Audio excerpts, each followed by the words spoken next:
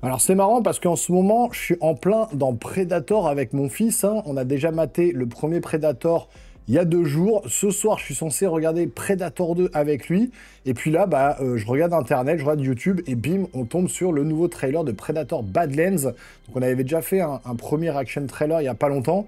J'avais été un petit peu sceptique sur le concept, mais effectivement, on m'avait fait signaler dans les commentaires que voilà, Predator, ça s'arrêtait pas uniquement qu'aux films qu'on a vus, Predator 1, Predator 2, Alien vs Predator, Prey, etc. Alors il y a eu vraiment des niveaux, hein. Il y a vraiment des films qui sont nuls, d'autres qui sont bons. Predator 1, pour moi, c'est chef-d'œuvre. Predator 2, il est plutôt pas mal. Le Prey, je l'avais trouvé plutôt sympa. Alien vs Predator, le premier, je trouvais l'idée originale, même si c'était un petit peu tiré par les cheveux, mais je trouve que ça marchait bien. Et ensuite, là, The Predator, Predators, Alien vs Predator, Requiem, ou je crois que c'est comme ça, ou Alien vs Predator 2, enfin bref, c'était quand même un peu nul à chier. Et donc là, le Predator Badlands, vraisemblablement, m'a fait remarquer que c'était plus vers les romans, les bandes dessinées, parce qu'il y a eu un lore un petit peu autour de Predator une fois les premiers films sortis. Donc voilà, j'ai été regarder un petit peu, on en parlera justement après, mais je voudrais qu'on regarde d'abord la bande-annonce, donc du coup le trailer numéro 2 de Predator Badlands, et puis on va voir si le film nous hype un petit peu plus, en tout cas la bande-annonce. Donc installez-vous confortablement, c'est parti.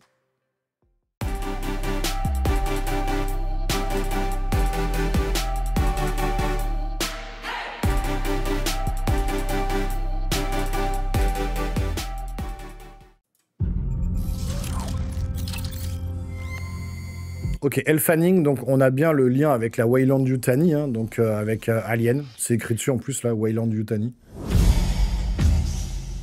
Donc il y a vraiment cette connexion du coup entre Alien et Predator.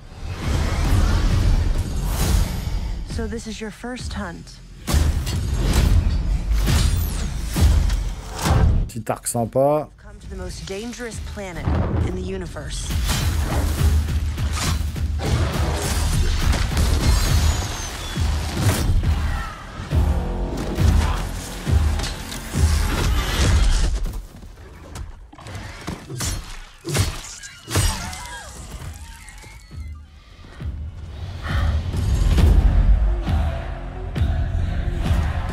You're after a creature that can't be killed. The definitive apex predators. I could help you. Oh là là, c'est quoi ce truc-là? Ok, donc elle est coupée en deux. Et je trouve qu'ils ont humanisé le Predator. Beaucoup trop humanisé. 5 novembre. Mais elle va être tout le long du film coupée en deux comme ça, là? You're not the predator.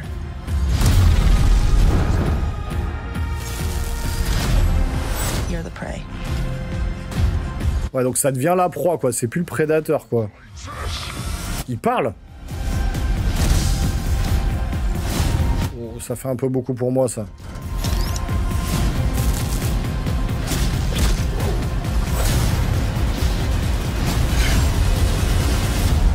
Ça, c'était pas mal. We might not Ah, be je suis... alone in this hunt. Oh ouais, grosse ref, du coup, à Alien, Aliens avec Ripley, avec le robot de charge, là, dans le vaisseau. Ok. Pff, je sais pas. C'est pas le truc qui va me parler parce que, clairement, pour moi, le Predator, ils l'ont trop humanisé. Il fait trop clean, en fait. Il fait trop propre. Il parle. Alors que dans le film Predator, et pour le coup, je l'ai revu il y a 2 jours avec mon fils, hein. Donc là, je sais de quoi je parle par rapport au film, par rapport au cinéma. Je parle pas par rapport au roman, au BD que j'ai pas lu, hein. Mais en vrai, je pense que ça se trouve, pour ce film-là, ils se sont plus inspirés des romans, des BD, tout ça, du lore un peu plus ouvert de Predator que par rapport au film qu'on connaît. Mais moi, si je prends le premier Predator, il est vraiment beaucoup plus badass. Il parle pas, il est très violent. Il n'hésite pas à voilà, dépecer des gens, arracher des têtes, couper des bras. Enfin, c'est très très violent le premier Predator.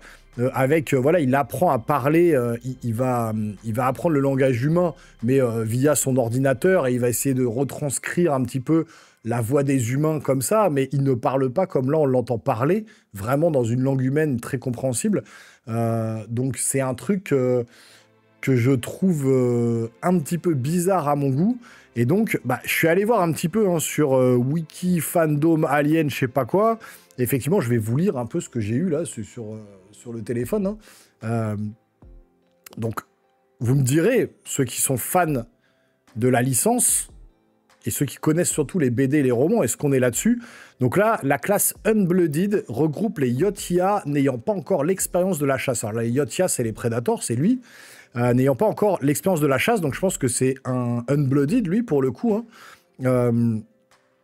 Ils doivent alors passer l'épreuve du Kind Ameda, qui est un rite d'initiation à la chasse. Son échec signifie généralement la mort, tandis qu'en cas de réussite, le Yotia devient un Young-Blooded ou jeune initié. Le Yotia doit alors se marquer le front avec le sang acide d'un xénomorphe. Cette marque est aussi un symbole de respect et d'appartenance à un clan. Chaque marque est spécifique à un clan et uniquement utilisée par ce groupe. Ce symbole peut être utilisé pour différencier les différents vaisseaux des clans, ainsi que pour reconnaître leurs membres lors des cérémonies. Il est souvent marqué sur le masque du Yotia en plus d'être sur le front des Young-Blooded. Alors ça, c'est ce qu'on voit notamment dans Alien vs Predator quand il prend l'acide et qu'il le met une marque sur son casque. Effectivement, bah, c'est exactement ça, c'est le Young-Blooded. Donc il passe de Unblooded à Young-Blooded pour finalement finir Blooded, donc c'est vraiment très particulier. Et ensuite, on a la classe des Warriors qui comporte les Yotia très expérimentés qui adhèrent complètement aux croyances et aux codes. Ce sont des chasseurs solitaires voyageant de planète en planète et utilisant une technologie de pointe afin de trouver des proies honorables ainsi que d'obtenir de nombreux trophées. Donc ça, c'est typiquement le Predator, le Yotia qu'on voit dans Alien avec donc Schwarzenegger, donc très expérimenté et qui est solo et qui va tuer des mecs. Et ensuite, la classe des anciens, qui est la plus sage et la plus respectée de toutes. Quand un Yotia fait preuve d'honneur et de respect mutuel, qu'il a des milliers de trophées à son actif, il est apte à passer au stade d'ancien. Voilà, et après il est respecté. Et la classe des Bad Bloods, donc constitue le bas de l'échelle. Ce sont les Yotia ayant commis des crimes, tels des meurtres, des chasses déshonorantes, des vols de trophées, etc. Si ce Yotia est démasqué et cherche à fuir plutôt que de subir sa punition, il n'y aura aucune rémission. Donc bon, en gros, voilà, moi je connaissais pas ce lore de Predator. Moi je me base sur les films qu'on a vus au cinéma. Et je pense que la plupart des gens vont se fier aux films qu'ils ont vus au cinéma. Et là, j'ai l'impression que c'est exactement comme le syndrome Superman. C'est-à-dire, si vous n'avez pas lu les comics, si vous n'êtes pas fan de comics, eh ben, vous aurez beaucoup de mal à adhérer à la vision de Gunn de Superman. Et ben là, j'ai l'impression que c'est la même chose. Ceux qui n'auront pas lu les comics, les BD autour de Predator, eh ben, ne vont pas se retrouver. Parce que moi, clairement, quand je vois la bande-annonce, là, je ne me retrouve pas forcément dans les films Predator que j'ai vus. Pour moi, c'est un film là qui est fait pour les adolescents. Comme Superman est fait plutôt pour les enfants et la famille, là, c'est quand même très aseptisé. On voit pas de sang, il n'y a pas de violence. Le Predator, il est même plutôt gentil, il a une bonne gueule, il est plutôt héros, il dit même que c'est la proie et puis le prédateur. Donc là, on est quand même vachement éloigné du premier Predator qu'on voyait, qui était ultra badass, ultra violent. T'as pas une gueule de porte-bonheur, avec vraiment le Schwarzy là, qui est en galère pour le tuer, qui finit ensanglanté de partout, que toute son équipe de gros bras musclés s'est fait décimer par un seul Predator. Alors on retrouve un petit peu finalement le même style que la série qu'il y avait sur Disney+, que j'avais plutôt bien aimé, qui était assez violent pour le coup, hein, qui était pas du tout aseptisé, alors que là, on sent que, ouais, voilà, on va tuer des espèces de bestioles. Il n'y a plus du tout l'ambiance vraiment très malsaine qu'on a dans les premiers Predators. Enfin, pas malsaine, mais très flippante, très... voilà, vous êtes dans la jungle, vous savez pas où est le Predator, il est là pour vous attaquer au moment où vous attendez le moins. Il vous arrache la tête, il vous transperce le ventre avec ses armes. C'est quand même limite, presque pas un film d'horreur, mais on est vraiment sur le côté très boucherie un petit peu du premier Predator qui est prêt à tout pour avoir son trophée. Là, vraiment, on dirait un adolescent, voilà, très humanisé pour le coup. Ses yeux, son regard, tout est humanisé. Même voilà, il a ces mandibules là qui sont là présentes, mais il fait même pas peur. Voilà, il se balade avec l'autre dans le dos, qui est coupé en deux, qui fait un peu la meuf badass, Elle Fanning, hein, donc le côté badass woman, mais qui est plutôt un androïde.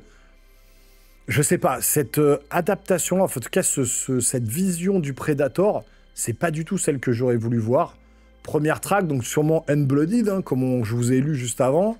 Mais pour le coup, ouais, ça fait très film d'adolescent. Pour le coup, je pense que ce film-là est visé pour un public d'adolescents, pour s'initier un petit peu dans le monde de Predator, sans passer par le côté très violent des films. Mais pour moi, ouais, c'est pas... Et puis vouloir... alors là, c'est clairement... voilà, clairement visé avec le lien pour Alien, hein, avec le fameux vaisseau de transport, enfin le robot de charge, comme je vous ai dit. Là, c'est plutôt bien fait. On voit un Weyland Yutani, Bioweapons Divisions. Elle n'est pas encore coupée en deux, hein. Elle est amochée. C'est bien fait, hein. J'avoue que c'est bien fait. Donc ça reste une Android, hein, comme H et compagnie, avec le fameux W dans les yeux. Elle se réveille, pourquoi pas. On va mettre quelques petites pauses.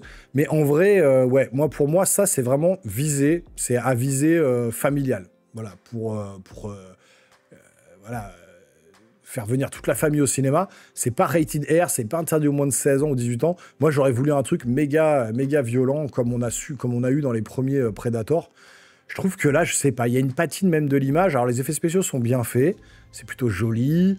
Voilà, le côté, bon, alors on essaie de renouveler la licence, mais alors là, on part du tout au tout, hein. C'est-à-dire qu'on repart dans un truc mais presque comique, là, quand elle se pointe, là, ça fait très comique, en fait. Il n'y a plus rien, pour moi, de Predator. Il n'y a plus rien du côté chasse, du côté violent, du côté sanglant, voilà, du côté peur un peu primale, voilà, du monstre. Là, on dirait plus un monstre, regardez, on dirait vraiment, voilà... un petit adolescent sympatoche, hein, qui va demander de l'aide à son petit android de compagnie pour l'aider à devenir un Young Blooded et puis plus tard un Yotia confirmé. Mais je sais pas, son look, son physique, regardez, c'est très humanisé. Voilà, il a un regard humain. Alors, il est jeune, ok, donc il n'a pas encore ses cicatrices, ses marques de combat. Mais je sais pas, c'est pas forcément... un personnage que j'aurais voulu voir traité de cette façon-là. Vous voyez, j'aurais voulu le voir traité d'une autre façon. Rester dans l'univers un petit peu de Predator 1 et 2, voire même Alien vs Predator. Alien vs Predator, il s'allie à une humaine. Déjà, c'était bizarre, mais je trouve qu'il y avait quand même une logique. Parce qu'il y avait le Xenomorph en face, il y avait un gros alien bien badass, bien dangereux, et donc il avait que d'autres choix que de s'allier à la limite pour essayer de s'en sortir, parce qu'il était un peu débordé. Là, bon, il est sur une planète, mais bon, il va lui demander son aide. Puis tout le long du film, elle va être coupée en deux comme ça. Elle va le suivre coupé en deux. C'est un peu bizarre. Bon, les panoramas sont plutôt stylés, ça va. Là, il a quelques armes, mais il n'en a pas beaucoup encore. Alors là, les crânes, qu'est-ce qu'on a? Alors, on a un crâne de gorille à gauche. On a un crâne de xénomorphe peut-être en haut à droite. Peut-être un crâne d'alien. Et alors celui du milieu... je vois pas trop ce que c'est comme crâne. Je sais pas, je trouve que même limite, son costume, le costume du Predator, il fait presque, pas cosplay, mais on voit que c'est un costume, quoi. À part le visage qui est bien fait, on voit presque que c'est un costume. Et puis le côté tuer la proie, donc voilà, c'est plus du tout... Alors là, j'ai l'impression que ce qu'on voit là, les espèces de caissons avec les monstres, est-ce qu'il n'y aurait pas finalement un lien avec Alien Earth? Parce que dans Alien Earth, on voit des caissons un peu jaunes comme ça, de la même manière. Est-ce qu'ils vont pas nous faire un lien avec la série Alien Earth finalement? Parce qu'on voit quand même que, j'ai l'impression, il y a des humains, parce que c'est pas un androïde lui, et il y a des monstres qui vont récupérer sur d'autres planètes. Est-ce que ça va pas être la suite de Alien Earth ou le préquel? Je sais plus si ça sort avant ou après. Et là, je ne suis la proie de personne, il parle. Et là, c'est très humanisé. Moi, le problème, c'est l'humanisation du Predator. Là où vraiment, dans Predator 1, il est vraiment animal, quoi. Il est très animal. Et là, ça me... voilà, c'est trop aseptisé, c'est trop propre. C'est trop adolescent, quoi, en fait. Alors, il y en a qui diront, ouais, c'est bien parce que ils veulent renouveler le truc, on repart pas encore sur un énième film Predator qu'on a déjà vu, comme le 1, le 2, tout ce que vous voulez. Même Prey à la limite, hein, mais moi je trouve que, ouais, et puis là, le robot de charge, alors qui est un peu plus gros, mais qui est en full CGI. Alors pour le coup, il monte un monstre ou c'est... Il est sur un monstre ou non? Non, c'est un monstre qui est libéré. Et peut-être que, bah, soit le Yotia, il est là-dedans, soit c'est un humain, soit c'est l'androïde. Mais là, c'est clairement un clin d'œil à Ellen Ripley dans Aliens. Mais je vous dirais que, ouais, je suis pas... voilà. C'est peut-être pas forcément moi, ce que j'aurais... C'est peut-être pas forcément ma cam, c'est peut-être pas forcément ce que j'aurais voulu voir. Il y a, voilà, il y a une proposition qui est faite, qui est complètement à l'opposé de ce que moi j'aime dans les Predators, c'est-à-dire le côté très viscéral, très violent des films. Là, j'ai l'impression vraiment d'être devant un film pour ados, quoi. Voilà, un film pour ados, pour toute la famille, pour... encore une fois, qui prend pas trop de risques. Alors, il prend des risques dans le sens où il va justement partir sur une autre base, mais peut-être qu'il plaira plus et qu'il parlera plus aux fans de romans ou des BD que moi j'ai pas lu. Hein. Je vous ai lu ce que j'ai lu sur le wiki fandom Predator machin. J'ai vu qu'il y avait un lore complet là-dessus. Mais moi, si je me base uniquement sur le côté cinématographique, sur les films qui sont sortis, je trouve qu'il y a quelque chose qui colle pas. Moi, ça m'attire pas plus que ça. J'ai l'impression que ça va être un peu fade. Voilà, ça va être une traversée de la planète accompagnée de son petit personnage de compagnie. Un jeune Yotcha unblooded qui veut faire ses preuves, qui est pas très violent. Je sais pas, ça m'attire pas plus que ça. Maintenant, on ira le voir au cinéma, on se fera notre propre avis à la fin sur le film quand il sera sorti. Mais là, en l'état, c'est pas le truc qui m'attire le plus. Bon, écoutez, vous me direz, vous, en commentaire, ce que vous avez pensé de ce deuxième trailer de Predator Badlands. Est-ce que ça vous intéresse? Est-ce que vous êtes comme moi, un vieux de la vieille, et vous auriez voulu voir un truc beaucoup plus violent à l'instar de Predator 1 avec Schwarzenegger? Ou alors vous êtes content qu'ils prennent des risques et qu'ils partent sur un autre truc, voilà, complètement différent de ce qu'on a pu voir déjà dans le passé? Voilà, vous me direz tout ça dans les commentaires. N'hésitez pas également à vous abonner à la chaîne, à activer la petite cloche et à lâcher un gros pouce en l'air si vous voulez me soutenir. Et puis nous les geeks, on se voit très rapidement sur une prochaine vidéo. Portez-vous bien surtout. Ciao.